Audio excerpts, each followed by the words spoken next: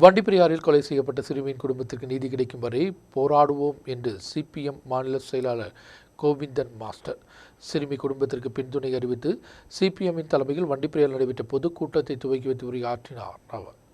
வண்டிப்பெரியாரில் கொலை செய்யப்பட்ட சிறுமியின் குடும்பத்திற்கு நீதி கிடைக்கும் வரை உடனிருப்போம் என்று சிபிஎம் மாநில செயலாளர் எம்.வி. கோவிந்தன் மாஸ்டர் சிறுமியின் குடும்பத்திற்கு பின்துணை அறிவித்துக் கொண்டு சிபிஎம்மின் தலைமையில் வண்டிப்பெரியாரில் நடைபெற்ற பொதுக்கூட்டத்தை துவக்கி வைத்து உரையாற்றினார் அவர். வண்டிப்பெரியார் வழக்கு காங்கிரசும் பிஜேபியும் சிபிஎம்முக்கு எதிராக அரசியல் நாடகம் ஏற்படுத்துவதாகவும் வழக்கில் குற்றவாளியை விடுதலை செய்துள்ள நீதிமன்றத்தின் விதி மனித மனசாட்சியை கொல்லக்கூடியதாக உள்ளதாகவும் குடும்பத்திற்கு நீதி கிடைக்கும் வரை குடும்பத்துடன் இருப்போம் என்றும் எம்.வி. கோவிந்தன் மாஸ்டர் தெரிவித்தார்.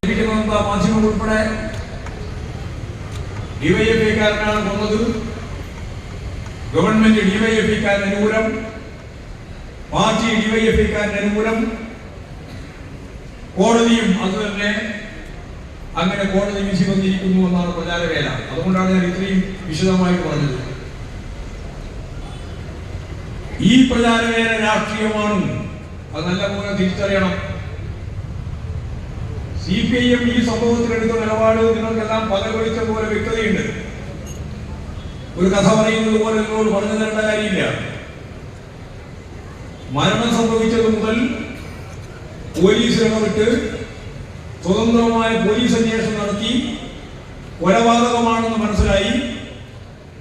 ശരിയായ രീതിയിൽ പോലീസ് ഇടപെടലുണ്ടായി. കോടതിയുടെ ഭാഗമായിട്ട് സ്പെഷ്യൽ പ്രോസിക്യൂട്ടർ വേണം തീരുമാനിച്ചു. സ്പെഷ്യൽ പ്രോസിക്യൂട്ടർ നിശ്ചയിച്ചു. കേസ് നടന്നു. സാക്ഷികളൊന്നും മൊഴി മാറിയിട്ടില്ല.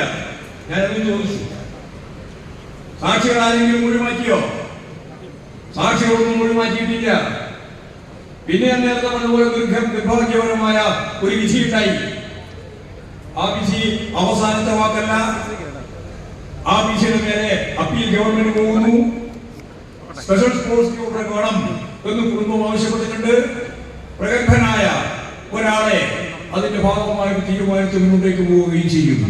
வண்டிப்பெரியார் பஞ்சாயத்து பஸ் ஸ்டாண்டில் நடைபெற்ற பொதுக்கூட்டம் சிபிஎம் இடுக்கி மாவட்ட செக்ரட்டரி அகத்தினர் ராஜன் தலைமை வைத்தார். வங்கி ஜப்தி சந்திக்கக்கூடிய சிறுமியின் குடும்பத்திற்கு உதவ 11 லட்சம் ரூபாய் கைமாறப்பட்டது. சிபிஎம் மாநில செக்ரட்டரி அகத்தினர் கே ஜெயச்சந்திரன், மாவட்ட செயலாளர் சி.வி. வர்கீஸ், மாவட்ட செக்ரட்டரி அகத்தினர் M J. Mathew, R. Thilakan, Romeo Sebastian, K S. மோகனன், சைலஜா சுரேந்திரன் போன்றவர்கள் பங்கெடுத்தனர். நியூஸ் பீரோ, குமளி.